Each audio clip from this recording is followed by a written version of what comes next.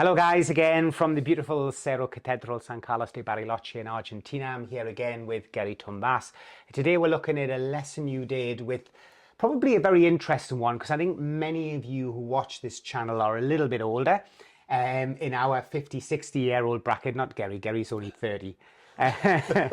He wishes. He thinks when he's out here he's only 30. Yeah, so these guys are between, I'd say between middle 50s to late 60s, yeah? Late 60s, yeah. Yeah. So it's a really good lesson plan. And it was interesting because I caught up with Geri on the snow somewhere, and he was doing something that I'd identified that I would have done with these people as well. So what was the tactic here? I mean, here you're just skiing down. I think Eric manages to catch his tips and fall over. Poor Eric. Yeah, so the plan was the turn shape, but the turn shape with using the edge. And Yeah. using the edge and mean that the main goal was for the whole lesson to making turns that the end of the turn has to be that far on the edge, like carving. Okay. And I really, when they finish the turn, that's why you see me skiing this oversteer turn when the steering really slows down the Right. turn, and then between the turns I try really carve and laying the trenches like a train track. What's the purpose of steering a turn and then hard edging at the end? That the whole lesson was built. The edging is not like a knee movement. The edging is not like just get the ankles engaged or shaping the upper body like the alpine position, because this is a point I think in skiing and ski instructing that many times happens that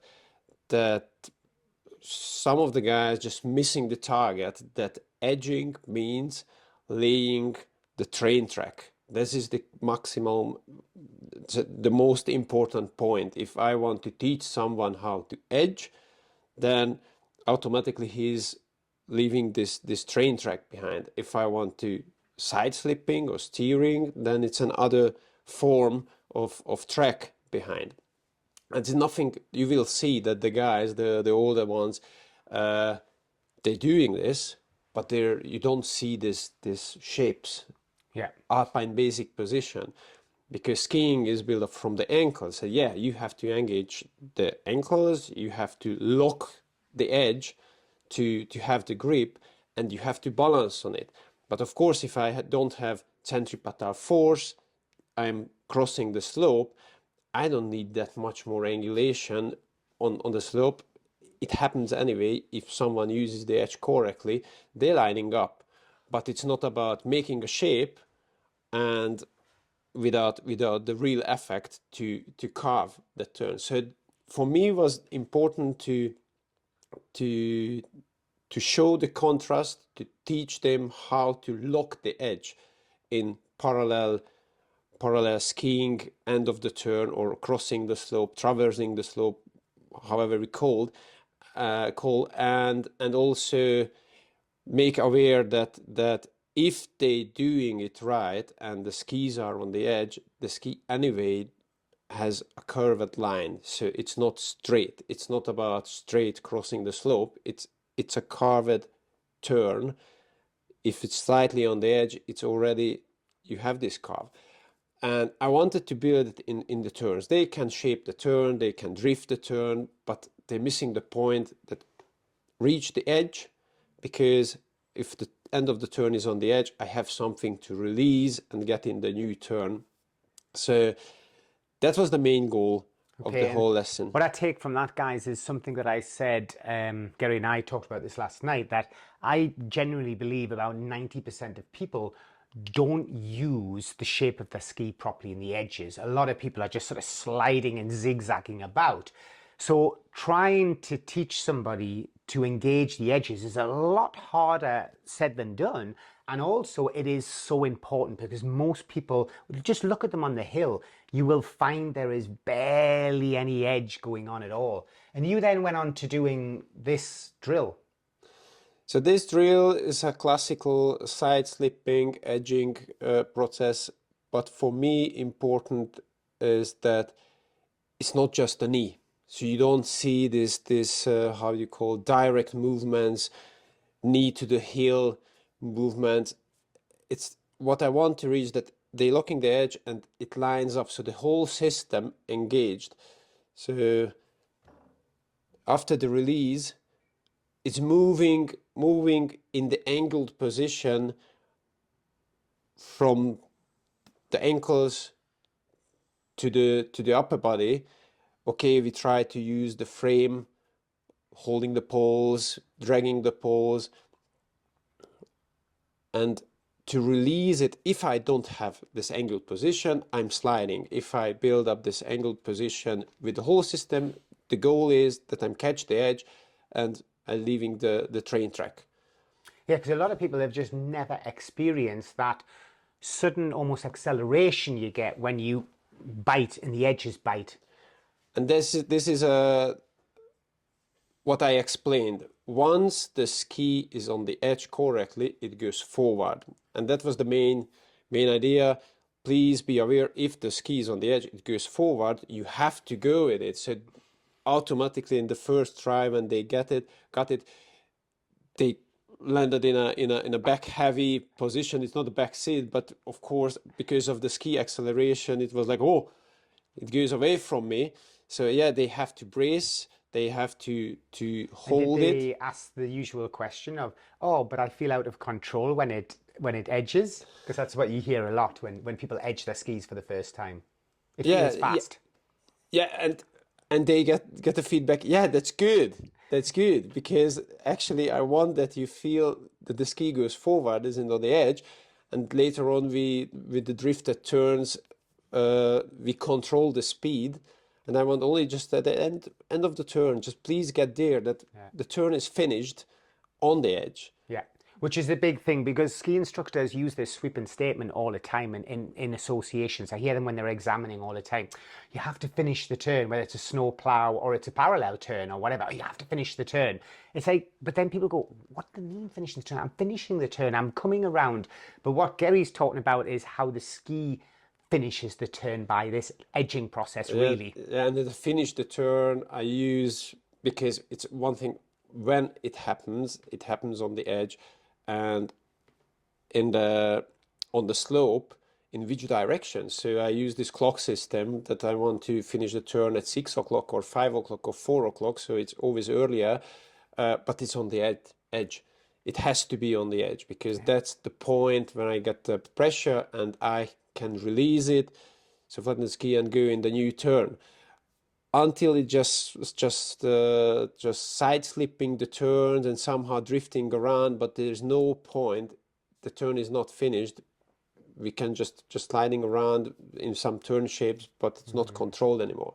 Yeah, we see it classic here, just in this very drifted turn at the start, and then how you get your position, and as you come round, it just bump there.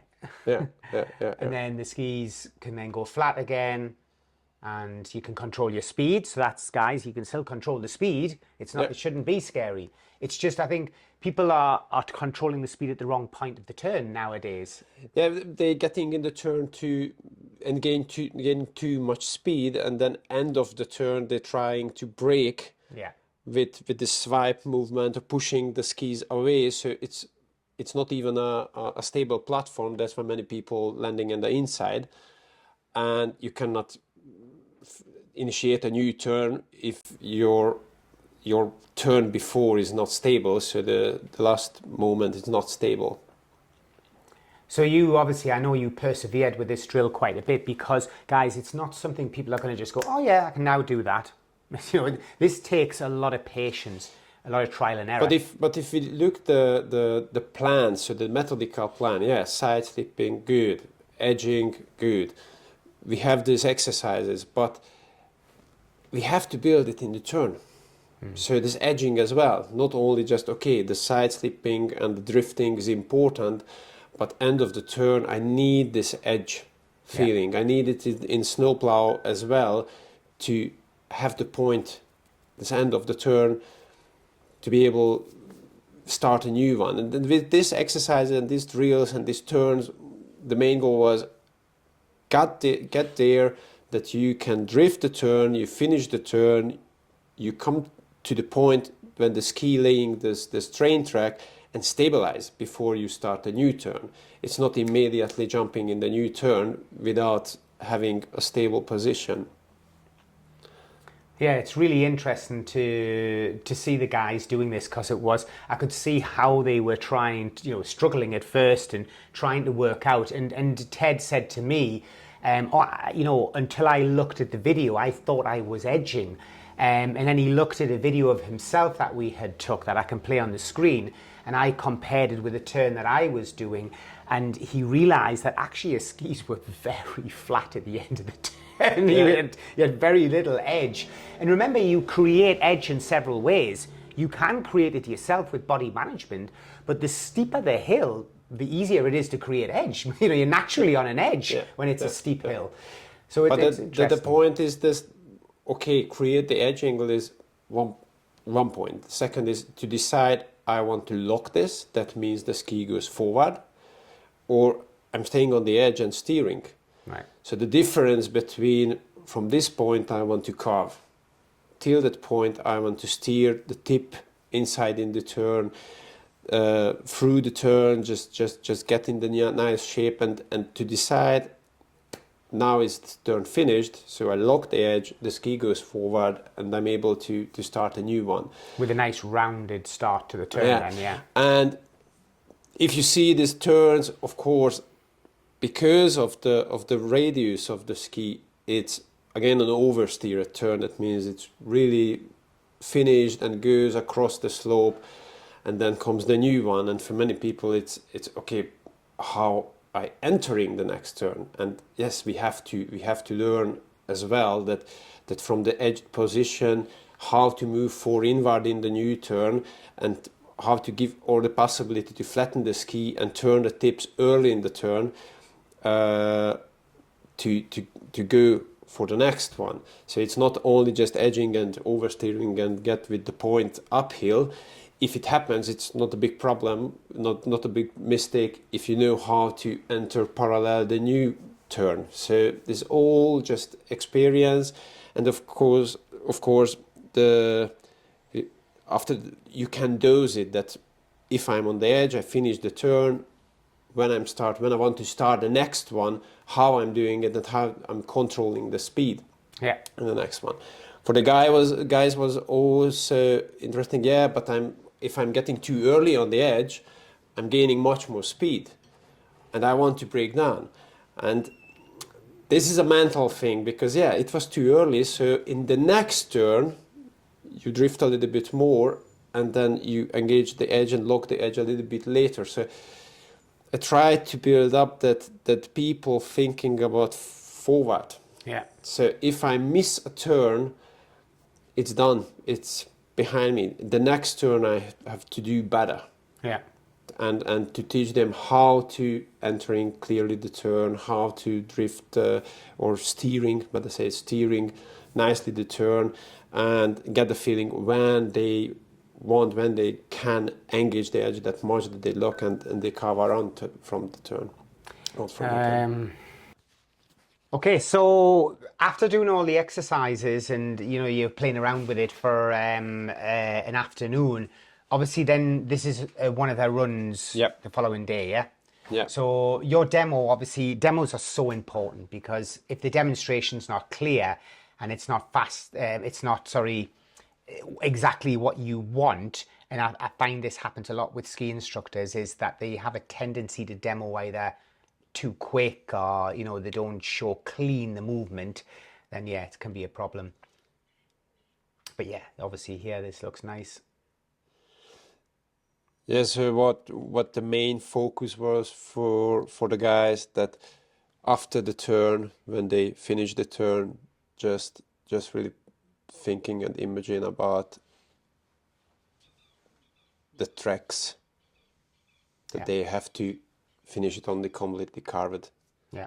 And if you're in a good position like that, guys, when you're finishing the turn from an edge where you've got grip, you can see how the skis are now moving onto the new edges already. You can see that as you move inside the turn, high above the turn, even at the slow speed. Because I think a lot of people think it's slow speeds you can't have edge? This is it. Is actually we talk about forces, we talk about pressure, but we know that if you are edging your skis and you lock the edge and you use the edge correctly, then you get pressure. So this pressure is there if you have a snowplow turn, if you have a plowed parallel turn, and this is what you can release. So to initiate a new turn, you release the edge and then you lose the pressure of the ski because you want to move toward the fall line, toward the next turn.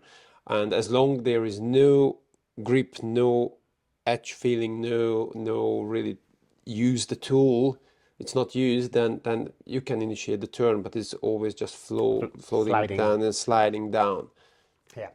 So good. The guys then had a try. I mean, Carl, obviously, he really struggled with this movement. A lot of the times because his turn shape was wrong, he's still trying to flick around. But this was a much better run by him. He stayed in the fall line and he cheated a bit. Because Yeah, but what I see, for example, with Carl, he focuses on the edge. I used also the phrase that try to show the bottom of the ski, the outside of the turn, and what you see, okay, it's side slipping, but he gets in a shape of some kind of alpine basic position, not because he trying to do with the upper body, more because he trying to show somehow the base to the outside to get some grip. yeah, the top turns are actually quite nice. And especially, as I said, he did cheat a bit because I was up top and I told him to follow your track because you could still see That your was the track turn, in yeah. the snow. And as soon as he followed Geri's track, the first two turns are really nice, really patient, and he really gets an opportunity to build a platform. Yeah. So this was really impressive. When we look at Carl at the start and compared with this is a big change in his skiing. So really pleased for him, in this case. So after Carl came, I think it might be Ted. Yes, Ted's coming down. Yeah.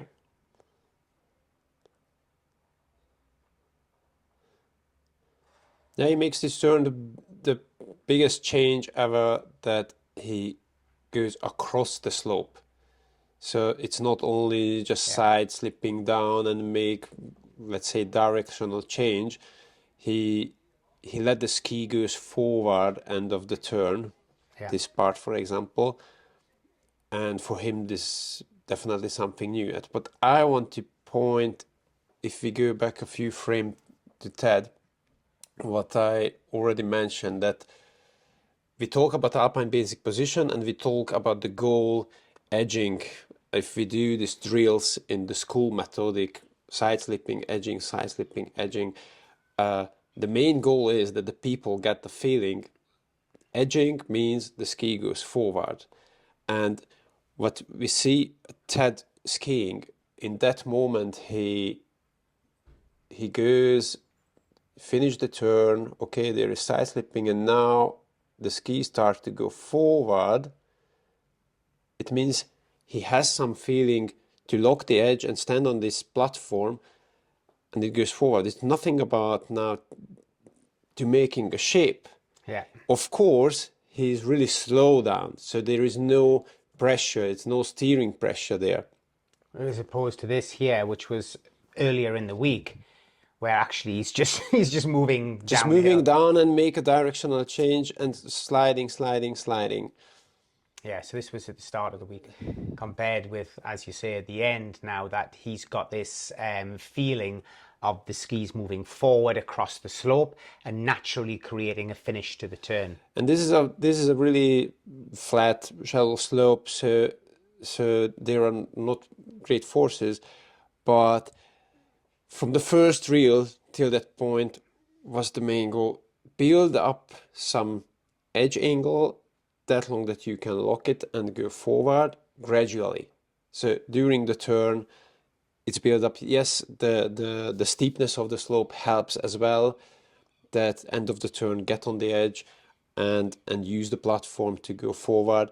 So that's why I don't see like changing positions because I want to make Angulation. It's more like about, okay, I have some steering movements, it's already there, he came with this, and we try to build in a steering with edging, with more using the ski radius, let's say.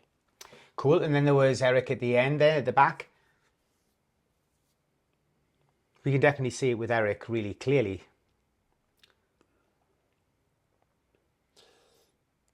Then now you see this slightly up, this vertical movement.